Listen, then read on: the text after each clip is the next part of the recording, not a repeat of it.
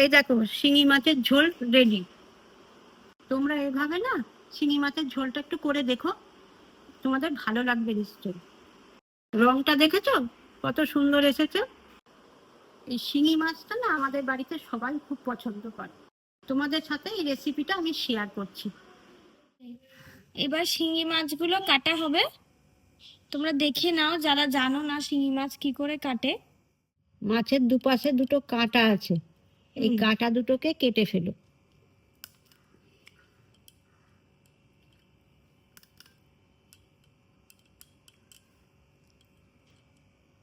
এইবারে মাছের মুখটা দেখবে এরকম করে একটু ফাঁক করে এই জায়গাটা টেনে ধরে এই পাশটা কেটে ফেলো।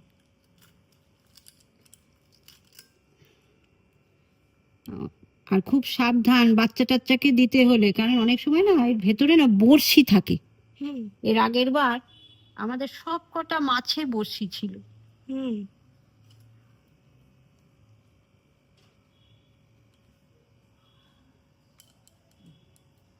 পেটটা কেটে নেবে, নিয়ে পেটের ভেতর থেকে এই যে এইগুলো বার করে দেবে, ব্যাস হয়ে গেল। এটা ছোট মাছ, বেশি বড় হলে তখন টুকরো করে দিতে পারবে। মাছটা কিভাবে কাটলাম তোমাদের তো দেখিয়েছি। এবার নুন হলুদটা মাখিয়ে নিলাম, এবার মাছটা ভাজবো।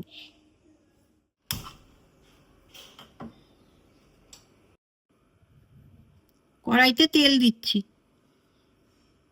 কড়াইতে একটু নুন দিয়ে নিলাম, হ্যাঁ তেলের মধ্যে, তাতে মাছটা কড়াইতে না লেগে যায়। ছেড়ে দিলাম, খুব বেশি ভাজবো না, এরকম ঢাকা দিয়ে রাখবে, না হলে খুব তেলা মাছ তো খুব তেল ছিটকাবে, হ্যাঁ মুখ টুক পুড়ে যেতে পারে। ওই জন্য সাবধান, খুব এই সাবধানে মাছ ভাজার সময় সবসময় ঢেকে ঢেকে ভাজবে। ভাজা হয়ে গেল। এইবার ওই তেলেই না এই আলু আর কাঁচকলা গুলো একটু ভেজে নিচ্ছি, একসাথে ভেজে নিলাম।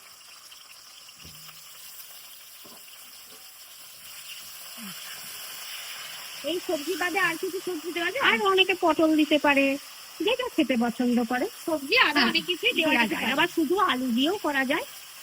এবার কাঁচকলাটা দিলাম, সবাই ভালোবাসে ওই জন্য আলু আর কাঁচকলাটা। শুকনো লঙ্কা আর জিরে একটু ফোড়ন দিয়ে নিলাম। জিরে, ধনে আর আদা বেটে নিয়েছি।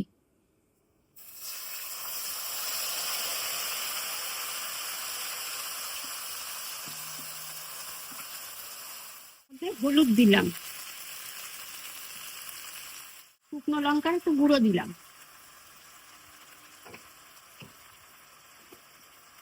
আর নুন দিলাম। হ্যাঁ কষিয়ে নিয়ে একটু ভালো করে। কাশ্মীরি লঙ্কার গুঁড়ো একটু দিলাম, আবার একটু নাড়িয়ে নিচ্ছি। আবার নাড়িয়ে নিচ্ছি। মিষ্টি দেবে? দেবো, একটু পরে দিচ্ছি। আগে টমেটো দেবো, টমেটোটা। কটা টমেটো আছে তো? এটা একটাই আছে, আমাদের তো খুব বেশি মাছ না। একটা টমেটো। একটা একটু চিনি দিলাম, হ্যাঁ অল্প দেবে, বেশি লাগবে না, অল্প চিনি। দেখো কেমন তেল ছেড়ে গেছে। এইবারে সবজিগুলো দিয়ে দেবো। তোমরা এর মধ্যে পটল বা পেঁপে সবই দিতে পারো, কোনো অসুবিধা নেই। যার যা মোটামুটি যার যা সবজি মনে হয় ভালো লাগে। সবজিটাকে ভালো লাগে তাই দিয়ে দেবে।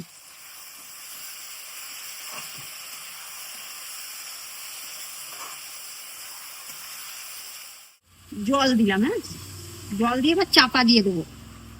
এইগুলো একটু সেদ্ধ হয়ে গেলে তারপরে মাছ দেবো। জলটা নিজের মাছের পরিমাণ হ্যাঁ। বুঝে তোমরা দেবে। হ্যাঁ। বেশি মাছ হলে একটু বেশি, আর যদি কম মাছ হয় তাহলে কম। আমাদের এই দেখো ঢাকাটা খুলছি, এই যে এখন না সেদ্ধ হয়ে গেছে। দেখো আলুগুলো দেখো সেদ্ধ হয়ে গেছে, কাঁচকলাটাও সেদ্ধ হয়ে গেছে। এইবার মাছগুলোকে দিয়ে দেবো।